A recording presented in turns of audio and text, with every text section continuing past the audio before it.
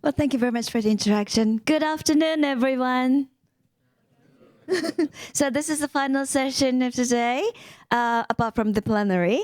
But I'm glad that there's so many people came here. Thank you very much for joining us. This is the last day of the expo. Have you noticed that? And then that is why Minister Asao is not here, that he is at the expo site to close the session. Have you been to expo? Oh, about half or more than half? Okay. Actually, all of us just came straight back from the expo today, just this afternoon, to join here with you. And we had a week session at the Blue Ocean Dome, which is the pavilion dedicated to the ocean. And we had really tremendous amount of the sessions after session, but actually we opened up the session with the G1 that it was led by Yoshito Hori, and the theme is called the Make Japan Better Message from G1 to the World, then by G1 Ocean Think Tank with Yoshito Hori. So we discussed about the ocean conservation and then the blue economy, which is the economic growth with the ocean, with the potential ocean business and conservation.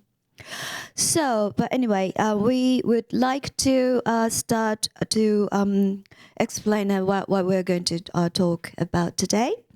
The accelerating pace of marine economic development and international politics demands new thinking. This panel explores how to optimize the framework for a sustainable ocean economy, or the blue economy, and crucially, how to accelerate progress through the robust link between science and policy.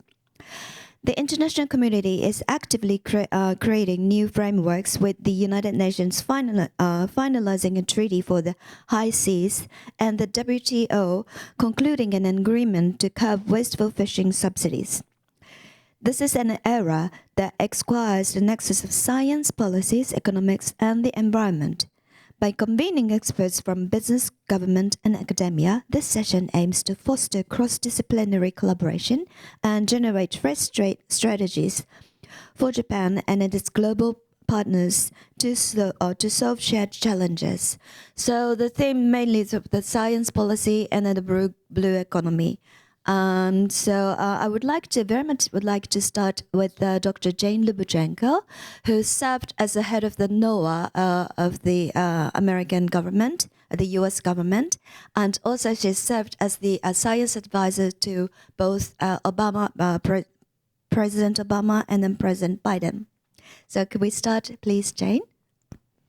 Hello, everyone. What a pleasure it is to be here with you. I hope you all are exceedingly proud of the expo in Osaka. It was just phenomenal. And I've been to a number of them, and it was just really, really outstanding. So much so, it was incredibly crowded yesterday and the day before, which just is, I think, a symbol of how many people were keen to visit, be inspired, learn, see what is there. And so Japan is really bringing the world to the Blue Dome, in addition to all of the other pavilions that were there. I am a scientist by training, and I have had the opportunity to spend time as a policymaker in government, leading NOAA, the National Oceanic and Atmospheric Administration, from 2009 to 2013. NOAA is a federal scientific agency that combines both science, but also so it does research, it funds research by academic institutions, but then it uses that knowledge to do very important things in the ocean and the atmosphere, because of course they communicate with one another, the ocean and the atmosphere.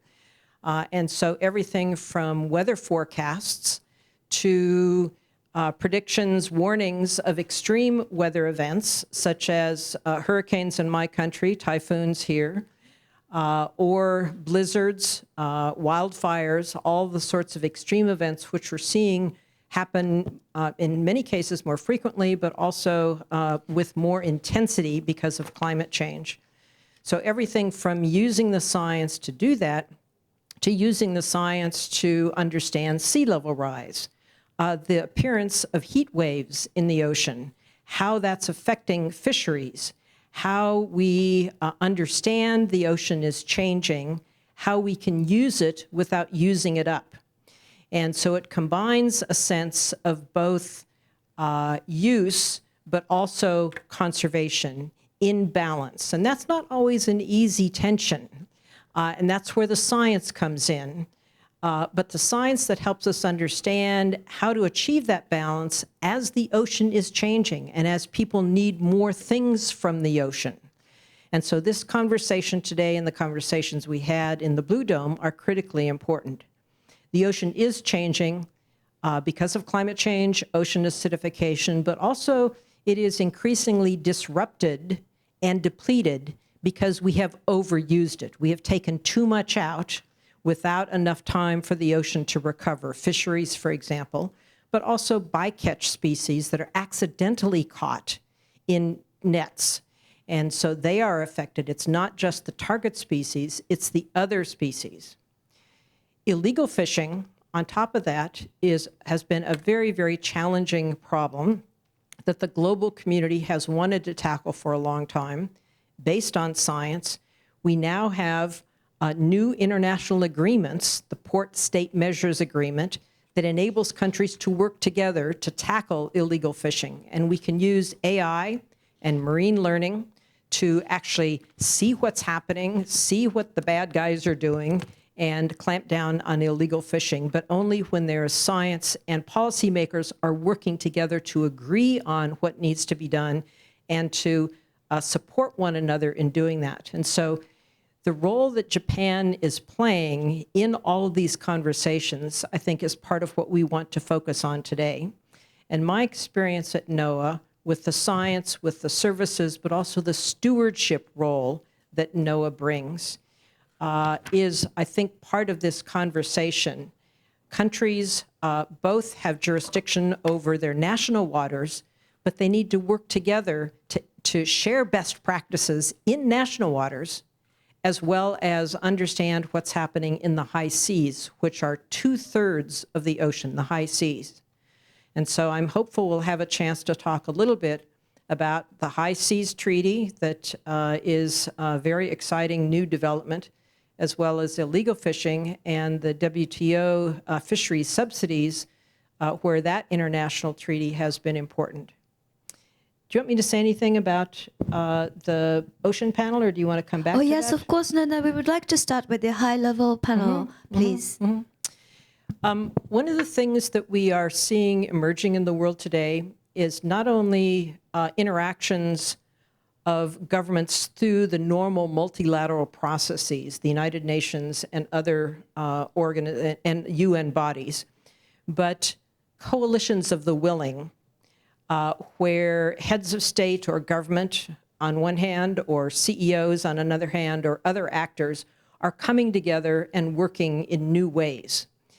In 2018, the Prime Minister of Norway, and Norway prides itself on being an ocean nation, deep ocean culture, and deep appreciation of seafood, prides itself on wanting to be a leader in the ocean space. And so the Prime Minister reached out to other prime ministers and presidents, heads of state and government, and said, will you join me in forming the high-level panel for a sustainable ocean economy? We would like to work together as leaders, government leaders, to change the way we are using the ocean, to be more responsible stewards, to use the ocean without using it up. And the high-level panel for a sustainable ocean economy reached out to scientists and said, please give us the state of the science on very important topics, and let us use that science to develop new policies, which they are doing. Japan has been an active participant in the high-level panel for a sustainable ocean economy from the outset. Prime Minister Abe was one of the inaugural members, and every time there is a change of prime minister, the new prime minister would be invited, and every case so far for Japan, the new prime minister has said yes. And that group is an example of collective leadership in solving global problems and promoting some of the international treaties that we've talked about and best practices in the ocean. I'll stop there. Thank you very much. As Jane is the founder of this very important panel, got a high-level panel for a sustainable ocean economy. I think that the Minister Asao has just joined us. Or Minister, can you hear walking, us? so I'm walking to the meeting room, so I will join you later on. Okay. Take your time.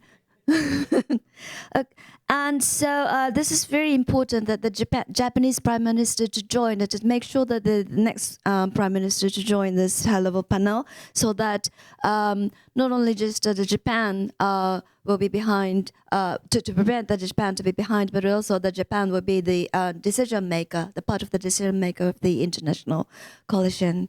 And I would like to ask about the other international coalitions as well, the treaties as well. Thank you, Minako, and it's really lovely to be here. And I was only just 6 months ago that we were here running our World Ocean Summit in Japan, which is, I think, hopefully another platform that Japan uses to express its interests and, I guess, strategic intentions in the ocean to the rest of the world, as well as to bring the world to Japan, which I think is an important aspect of the dialogue that needs to happen around the ocean space.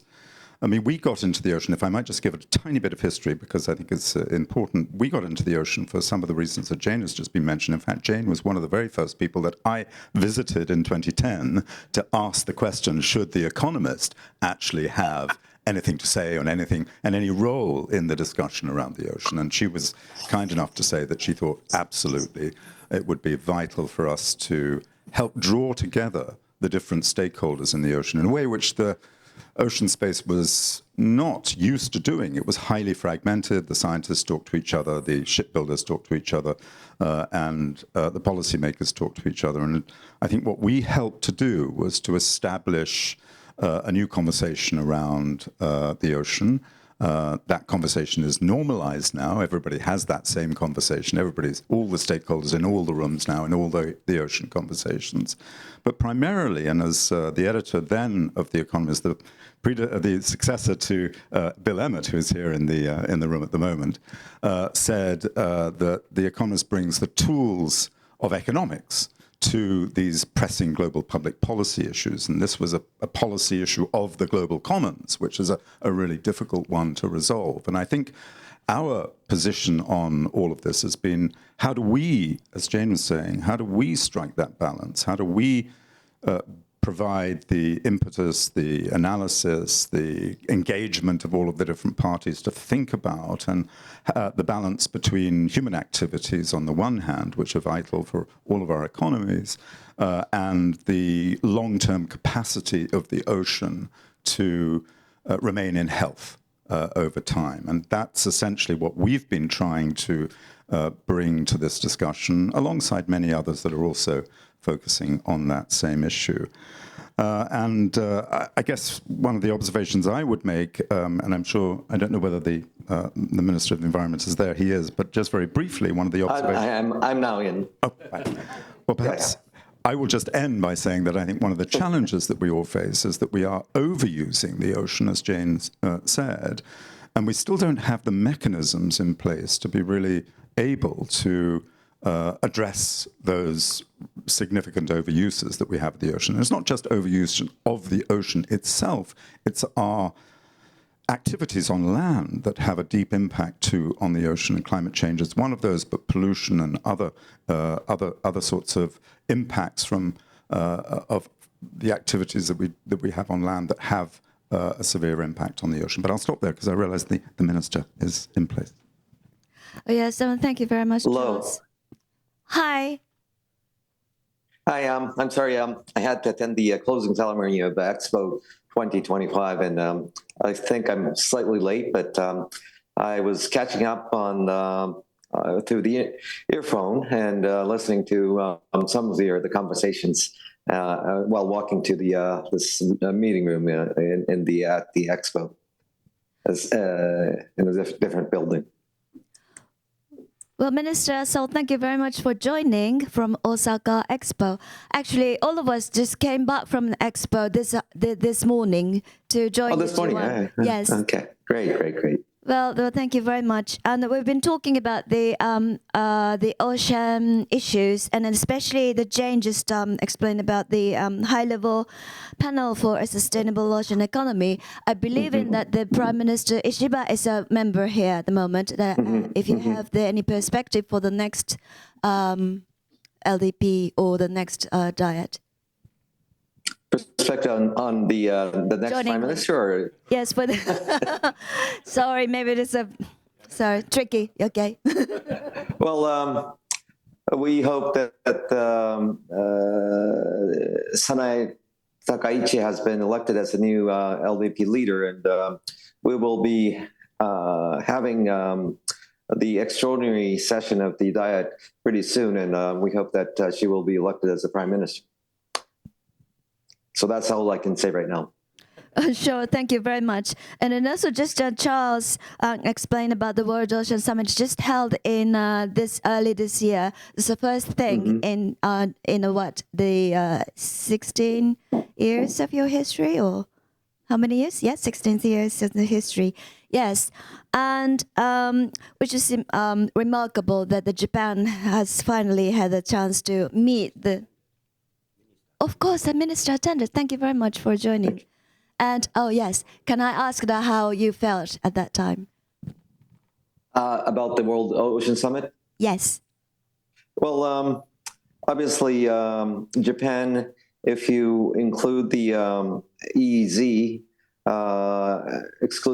exclusive economic zone, we have about 6th largest in the by volume of the ocean. But aside from that, I guess at the Ministry of Environment, we are looking at how to preserve nature, and this is a target of 30 by 30. By 2030, we want to preserve 30% of the land and also ocean, so that the species will be there at that time, and we would cherish from the diversity of the nature in the ocean. So we look forward to the summit. Well, thank you very much. Anna, you just mentioned about the 30 by 30. Congratulations that the Japanese government has just passed the BBNJ, it's the Beyond National Jurisdiction. And this is my personal question to you. That do you know the time frame that when can Japan actually sort of sign in? Sign in the for BBNJ, yes. As a treaty. To ratify, well, yes. Well, that's a very good question. I obviously the situation in the Diet is pretty much we have very multilateral. Very many parties right now, and I don't think that a lot of the parties are against ratifying the treaty, but we would have to see the situation and how each and every party would react. Obviously, majority is half, so I think we can obtain half of that majority, but we have to see how each and every party would react. Thank you very much. I know that there was this very tricky question, but congratulations for the ratifying the PSMA, for example, that Jane just mentioned, that Port State Measures Agreement that the Japan ratified in 2018 already, and also Marine Protected Area, and the WTO's unnecessary ban the unnecessary subsidy for the fishery. So Japan has been collaborating with the world to some extent, which is very good. But still we have challenges. Can I pass the microphone to Dr. Tsunami? Yes, about the challenges that the Japanese science policy and joining to the international collaboration. Well, we are about halfway through what we call UN Decade of Ocean Science, and I'm chairing the National Committee to promote that. The challenge, of course, is that the world understands we need more understanding of the oceans, and if we're going to do something managing or even utilizing sustainably, we need to have more science about and what we have to know. We know more about the environment of the oceans, and how can we then create some kind of database that we can all share using now the possibility of AI, and to even think about how the natural disaster prediction or even other currency patterns and other things using advanced technology and also the science for it. And the challenge, of course, is the scientists are working together. That's fine. We don't have a common funding as a global funding. So each national programs need to encourage their own way of supporting ocean science. And Japan, of course, has to come up with probably the new program to support the ocean science, like space programs here in Japan. And but also the data sharing. Now the geopolitical situation making very hard. Actually, I'm flying to Arctic conference tonight, and without Russia involvement, half of the Arctic Ocean was just, what we're going to talk about, and we are going to be talking about bringing Russia's at least science and the information regarding what's happening in the Arctic back to the international community, and that's something that we face with the ocean as connected. And geopolitical challenges, dividing science cooperation, that's something we have to, make sure to overcome. Politics is one thing, but the common challenge is the other. Can we all agree that we shouldn't stop science from these geopolitical challenges? That's a big, big issue. Yes, I think that, Jane, I would like to hear your opinion. This is a very challenging time in the world. Things are very dynamic. The politics are very both crazy and challenging. And this is really, I think, a time for bold leadership by trusted nations. And I think that one opportunity that I want to put before all of you is the opportunity for Japan to really be a global leader in the ocean space. The ocean has historically been so incredibly important to Japan, to culture, to identity, to food, to everything. And I think what the science is telling us is that the ocean is not only our past, but it is also our future. It holds the solutions to many different global problems, from food security. Most of the global community, when you talk about food security, they think about agriculture, livestock and grains. But in truth, I believe that the future of food security lies in the ocean. And that means fishing smarter, not harder, fishing in ways where the ocean can recover and replenish itself. And that means having good fishery management in partnership with fishermen. And in the United States, when I was the head of NOAA, we went through a very difficult time of creating new management structure for our fisheries to turn them around from being harder and harder fishing, more depletion, harder fishing, more depletion. It was a downward spiral. And we worked with very pioneering fishermen and scientists and non-governmental organizations to listen to the science and create a different type of management that incentivized fishermen to think long-term, not short-term. So we aligned the economic incentives, short-term and long-term, aligned economic and conservation incentives. And that has completely turned our fisheries around. And now rights-based fisheries in the United States, which was this new management, actually accounts for a very significant fraction of our fisheries. So food security is in the future of the ocean. But so too are solutions to climate change. We tend to think about the ocean as a victim of climate change, and it is. We're seeing sea level rise, warmer temperatures, heat waves, depleted fisheries, fish stocks are moving, crazy stuff is happening. But the ocean is also a powerful solution to climate change.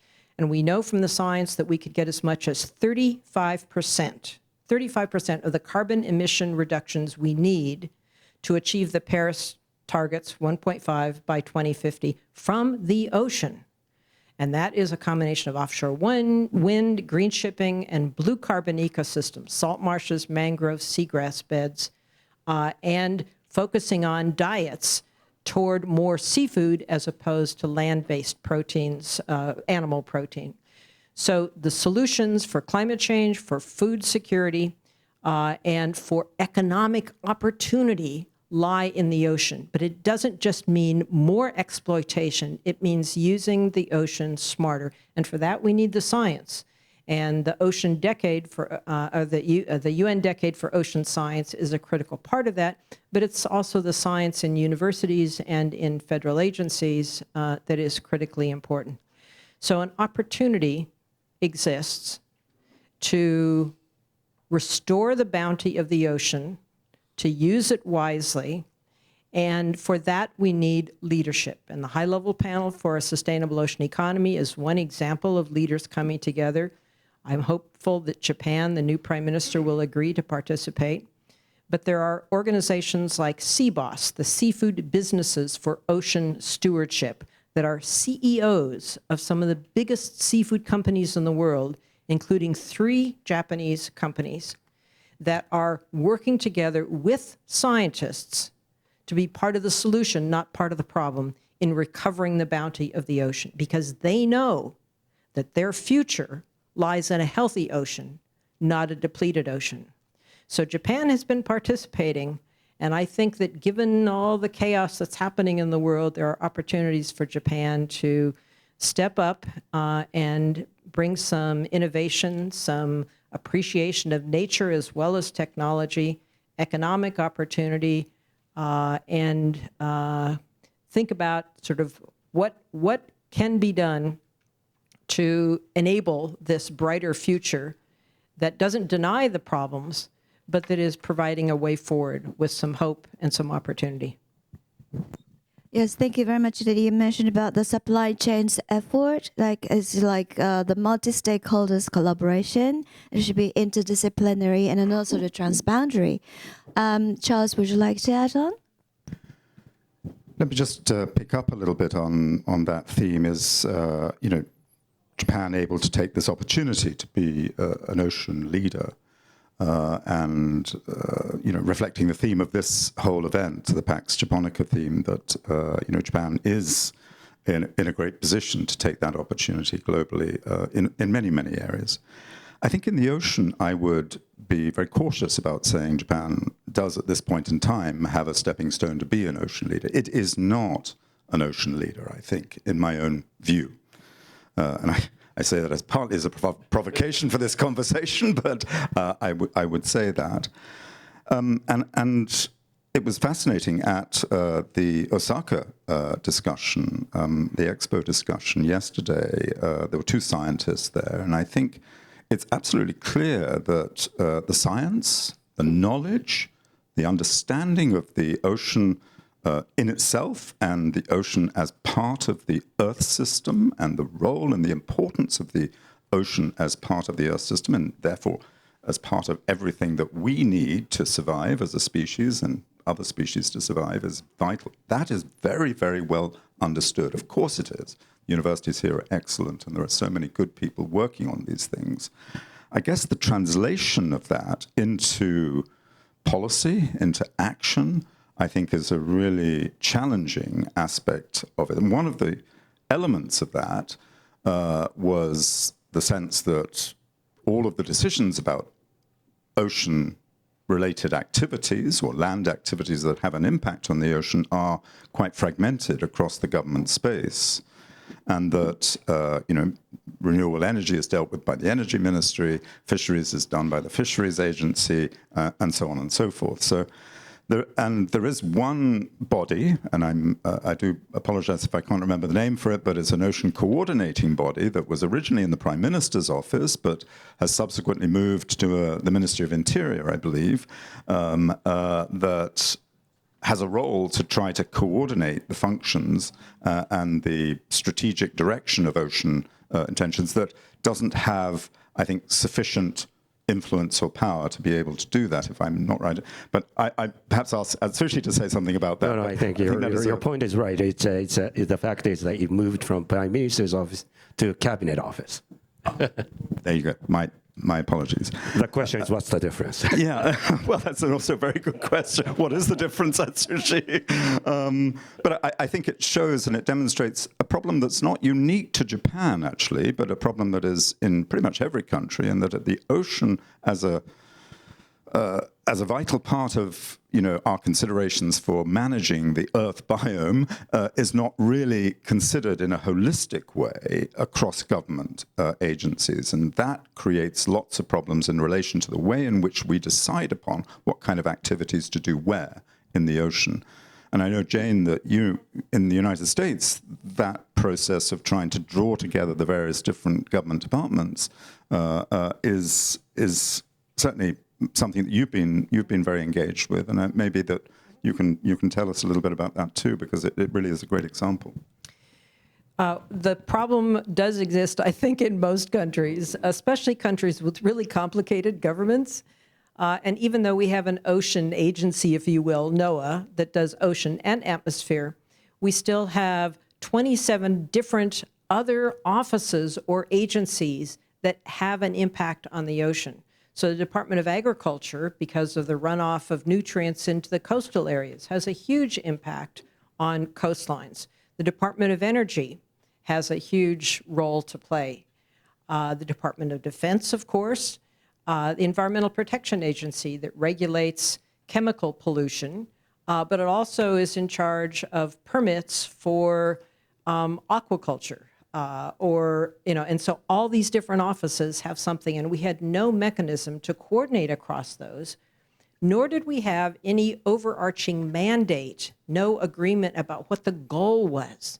And so each different agency has its own mission, and those are sometimes in conflict. And so you need a way to resolve those. And what we did was to create an integrating mechanism. It's now called the National Ocean Committee. The name changed. I had to double check in my memory. So the National Ocean Committee that is actually doing not just that coordination, but a mechanism to resolve the differences with some sort of mandate, in this case, to achieve a healthy, productive, resilient ocean, because that's what's needed. So it has an emphasis on enabling ocean ecosystems to replenish themselves. So the 30 by 30 within the U.S. EEZ is a critical component of that, because we know that especially fully protected, marine protected areas not only protect biodiversity, but replenish fisheries, because things get big and crowded inside a protected area, and they swim to adjacent areas where they can be caught by fisheries. So it's a mechanism for recovering fisheries and enhancing depleted areas. We're also learning that protected areas, if there's no fishing there, no trawling, are protecting the stores of carbon that are on the seafloor. And those stores of carbon have been building up for millennia. There's twice as much carbon on the seafloor of the ocean as on land. So that's a huge amount of carbon. And when it's trawled, then it is released into the ocean, and some of that is released into the atmosphere. We don't need more carbon in the atmosphere, we need less. And so protected areas can actually serve multiple functions. So this integrating mechanism can actually be very useful if it's coupled with a mandate for what do we want from the ocean. And that's a collective conversation that needs to happen. Yes, that is a very, very important issue, the topic. And I would like to ask the Minister, Asao, that as a Minister of the Environment, you must have experienced some kind of conflict or challenge that about the ocean, for example, that your constituency or the territory is to the brackish water. And then after that is the jurisdiction of the Ministry of the other, like economy or probably the transportation. So how have you been handling that? Well, to begin with, I guess what Jane said, I think ocean can provide solutions to the climate change as well. At the Ministry of Environment, currently we are focusing on blue carbon, so that on land, plants would observe carbon dioxide, but in ocean, a similar thing could also happen. However, if you look at the jurisdiction, I think currently it's not the between the jurisdiction of the ministries, but I think what we can prove to the United Nations is very important in that respect. Is that we can only prove it was in the our territory zones, which is 12 miles from the land. But I think if we can expand to 200 miles, we can do a lot of things. Was the exclusive economic zone that we have, that Japan has. And that is one solution, again, to global warming and climate change. And again, speaking about food is also, it's very important. Japan has focused more on not just catching the fishes, but replacing them was as the ranch, ocean ranch, so to say, so that now we have tuna produced in the ocean ranch, and soon we will have eels produced in the ocean ranch, 100% from eggs. And so I might not be answering your question directly, but I think the problem is that it's not just within Japan, but also how we could cooperate with the international arena. For instance, speaking about eels, some of the European countries are saying that the eels is in danger of being extinguished. That might. I don't think we have enough evidence in that, but again, the technology that we have is that we can have natural eels usually the eels would go about 3,000 miles southeast from Japan to in the middle of the Pacific Ocean and lay their eggs. But we now have a technology that we can have them lay eggs on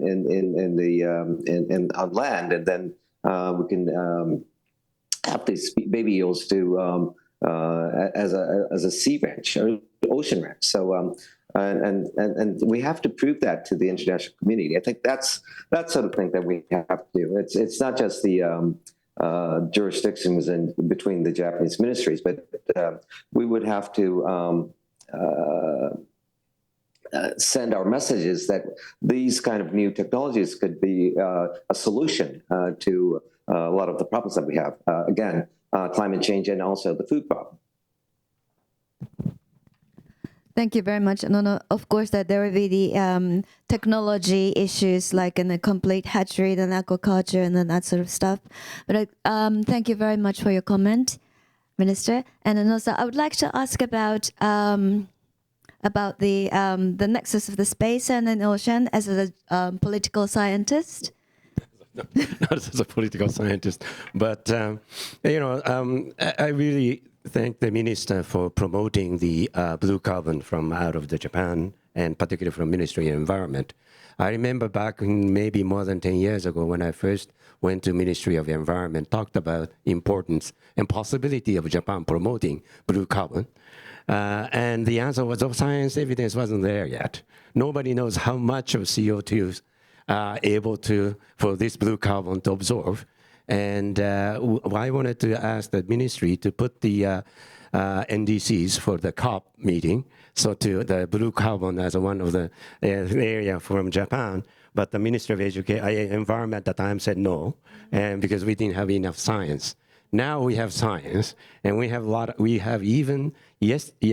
year's Japan Prize went to the scientist who worked on blue carbon. So I think this is, and that ministry changed, obviously. Now we are promoting the blue carbon. So I think it's very important that the science continue to provide. And I think even that President Trump, with his relationship with the scientific community, but the UN Decade of Ocean Science is an operation under UNESCO.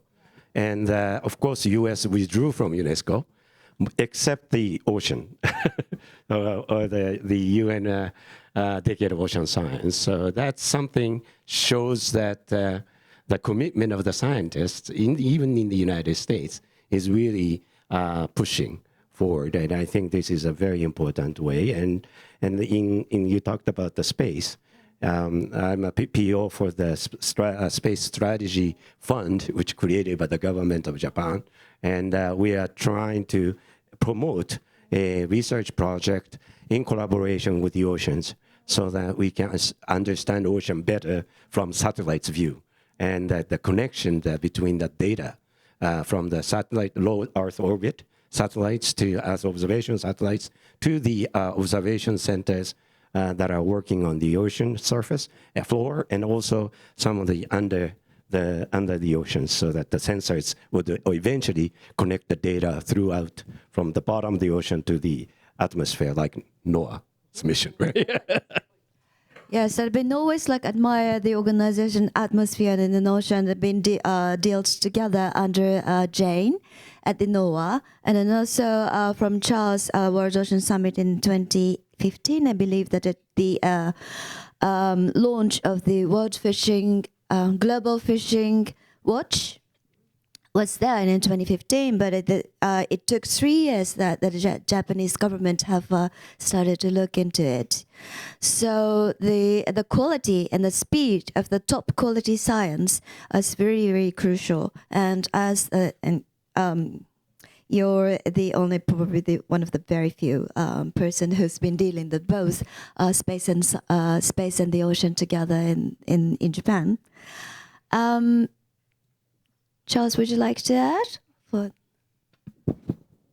I mean, just a further observation. I mean, I apologize. My first observation was somewhat negative, but I mean, it was heartfelt, and I guess part of the challenge is obviously there's an incredible body of knowledge and science here in Japan, but like in many other places, translating what we understand about the ocean, what we understand about the ocean's place in the Earth biosphere and its importance to all of us is an extraordinarily difficult thing to do, to translate that into policy and into business and finance, into the world outside of those people that know a great deal about the ocean. And I sense that is one of the challenges that we all face, and Japan faces that too. I also mentioned earlier, obviously, the sense that there needs to be perhaps a greater level of integration of ocean policy making within the government. But I do think also, whilst the government is an actor in the ocean space, in the global policy space for the ocean, I think my own impression, and I have to say this is an observation really more than a scientific and evidence-based conclusion, but it is that Japan tends to support global progress towards ocean goals that are in the SDGs and so on and so forth. So it supported the BBNJ agreement, it supported the WTO subsidies agreement for fisheries. It's there in all sorts of, it's become a member of the high-level coalition, high-level ambition for the plastics treaty. It's now part of the high-level panel, as Jane and Minako were mentioning. But it isn't taking an active leadership in a lot of those areas. And to me, the question is, there's all the opportunity for Japan to do that. There is an awful lot of knowledge of the ocean. This is a maritime nation that's deeply imbued culturally with its relationship to the sea. Shouldn't it be a bit more of an actor on the global stage in the ocean space? And it certainly has all of the capabilities to do that. But to me, that is an observational sort of question. What is the future for Japan in the ocean space? Thank you very much. I just have a quick comment from Tsunami-san, and then we're all going to have the Q&A. My answer to that question is private sector, the business. I think, Japan can do more, of course. If you look at the amount of investment that go into terrestrial project as opposed to the ocean, like the green bond versus blue bond. And there are a lot of opportunities for blue bond to expand and invite more private investment and the private companies to be part of this whole ecosystem. And there are a lot of opportunities for Japanese business community to get into that act, except the science is more needed in order to clarify what are the impact that our investment are making in the ocean space as opposed to, say, the terrestrial programs. And that's the problem, the blue bond versus, green bond. Now, when we talk about the carbon, markets and how can Japan lead in terms of promoting the finance mechanism of blue economy side of it? I think that's where maybe instead of waiting for we cannot even decide our new prime minister yet, waiting for the new leadership to take lead in the ocean space. Well, thank you very much for the very crucial comment here. So let's take the Q&A from the floor. Is there anybody who would like to ask some questions? Yes, please. And after, is there anyone who raised their hand? Thank you, Tatsuo Master from Akita International University. My question goes to probably Charles. Yeah. The point is what you mentioned, microplastics in the ocean. The accumulation of plastic is ongoing and unstoppable. And if it goes wrong that way, there's more plastic than fish by 2050. Any way to drastically address the situation of today, or we continue to mask the inconvenience of plastics in the ocean? Well, of course, as you're probably aware, the Global Plastics Treaty negotiations at INC2 in Geneva just recently failed to reach an agreement. And I think it even failed in some ways to agree on whether or not it should look at questions like microplastics and nanoplastics and the chemicals that are there. It did have those conversations, but I think some of them, Jane, you can probably correct me here, but some of them were not part of the final agreement, or at least they were not part of the language of the final agreement that was, that they didn't manage to reach. I think we're increasingly finding more and more out about the potential impact, the human impact, as well as the impact on species in the ocean and ecosystems in the ocean of microplastics and nanoplastics. And those impacts do look like they are quite serious. And yet we are still stuck in the plastic negotiations around questions about whether or not we should take a systemic approach to managing plastics. In other words, drop the levels of production of plastics, manage plastic waste better, and think of the alternatives and how to reuse and build a circular economy around plastics. We're still stuck in the conversation around whether the plastics treaty should really focus on waste and waste collection and waste management. And that is a big challenge, I think. We have to somehow move that question forward if we're going to be able to get anywhere on the plastics question. And just one final comment. I mean, we did a report on chemical pollution in the ocean, which, in our view, is equally damaging to the ocean ecosystems as plastic pollution, yet it's really nowhere yet on the public policy agenda. And although It's much less visible. It's much more difficult to get into the minds and into the minds of the policymakers. Thank you. Japan hasn't ratified the plastic treaty yet. Can I also the same question? Can I ask the Minister Asao? Mm-hmm. Well, I think it's interesting. It's not just Japan. It's the country. All of the participants at the treaty has not reached to an agreement at this moment. So it's not the question of Japan ratifying. It's the question is that we want to have an agreement, but the differences between countries are big, and so we can't reach an agreement at this moment. Yeah, that's true. Yes, thank you very much for the correction as well. And the next question, please. Anton Rue from Australia. I would support Japan wanting to become a leader in oceans. I think that would support Japan's identity and amplify its soft power significantly. My question to Charles is, what are your criteria, reasons and evidence for countries to become leaders in oceans? And I guess in a world where the chaos being described today is basically an unmooring of human dignity, human morality, basic human morality oftentimes, from principles of international law and, again, basic morality. So what are your thoughts? My God, Jane, Atsushi, I hope you can help me here. It's a very, very wide question, and I mean, a starting point, of course, is that we all share the ocean, and we all have a responsibility to the ocean. It's not just any one country that has that responsibility.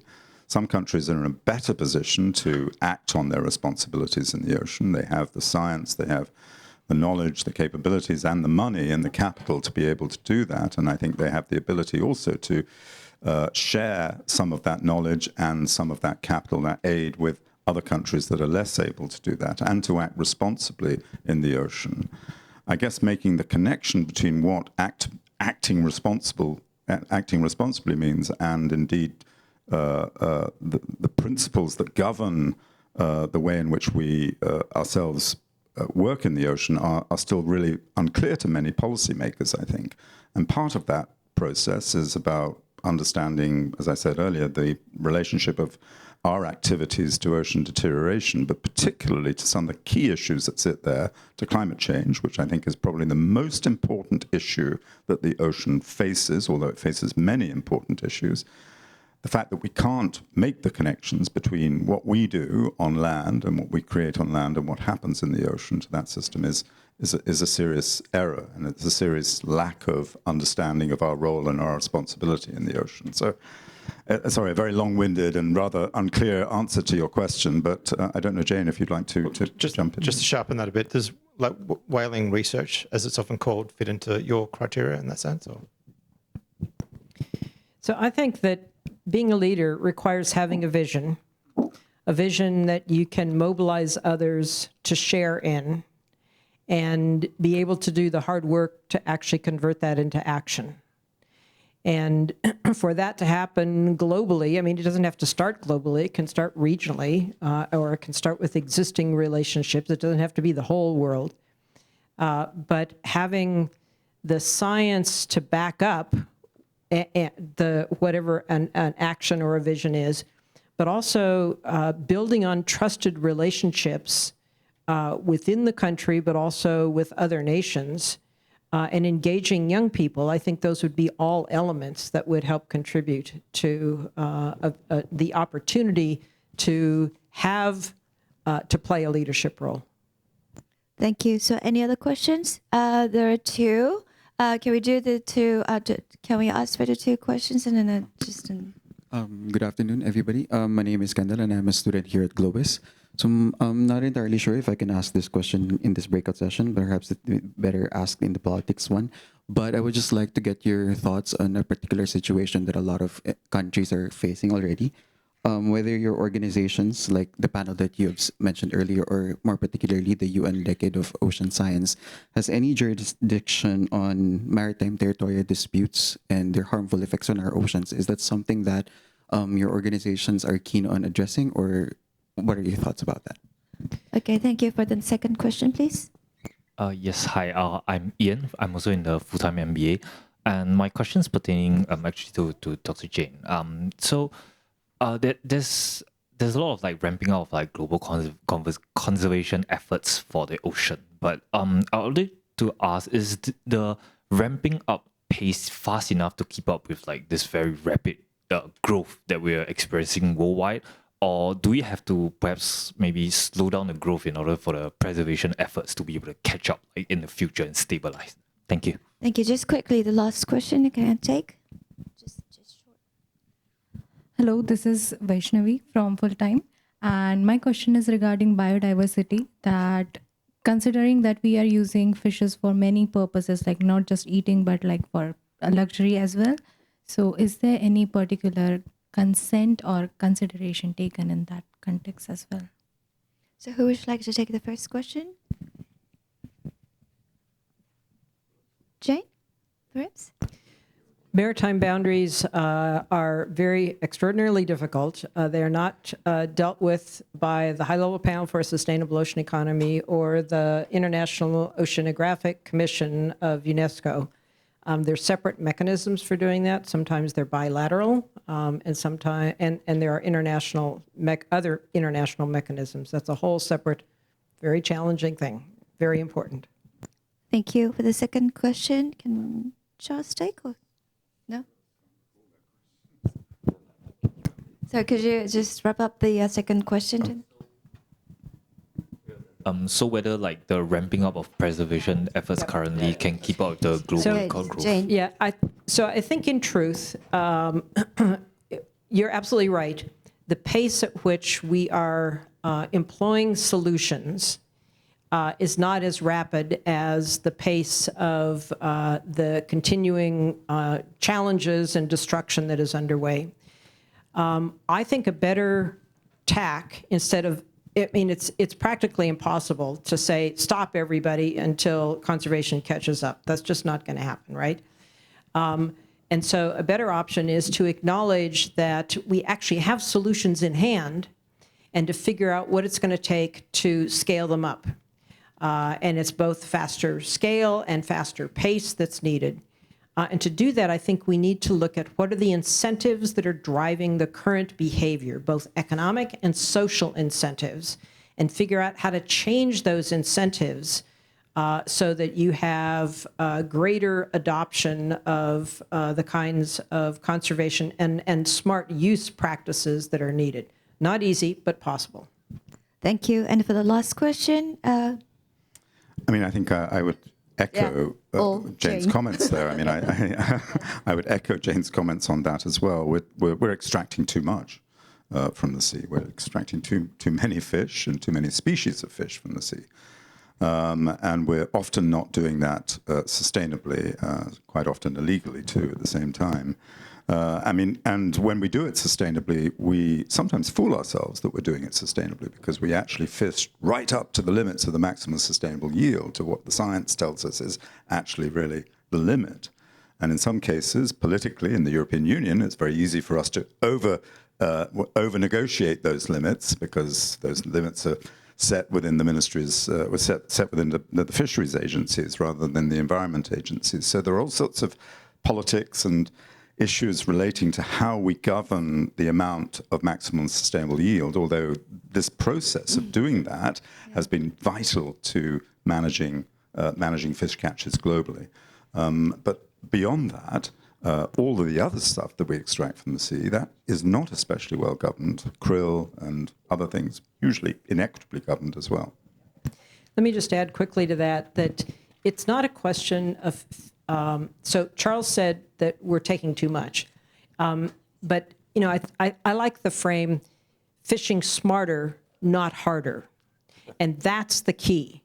There's a lot of waste in fisheries right now. So we can be much more, we can fish in a way that is smarter to still have seafood, but do it in a way that's sustainable. Thank you very much. Actually, I really wanted to continue, but as the time's up. But final comment, just a second. Well, if you're an economist or you're a businessman, can you think about economic growth with sustainability. I mean, it's not just one or the other. We have to think smart now that we can do it together. Otherwise, it's not going to solve anything. Thank you. And then we're actually over time, but Minister Sal, thank you very much. And as a final, very short comment, please. Yeah, well, let me just tell you a small anecdote, interesting story. Close to my hometown, there's a city called Zushi, where they catch sea urchins, and they feed them with cabbage. But when it's grown, it tastes like a cabbage. It's very fresh. Now with blue carbon, we grow seaweed, and it tastes like real sea urchin, the real uni. So just as Dr. Tsunami said, I think you have to think smart and sustainability, and that's a win-win. That's what we have to think about. Thank you so much for the excellent final comment. But thank you very much for everybody for the participation. It was an exciting session. Thank you. Okay. Bye-bye.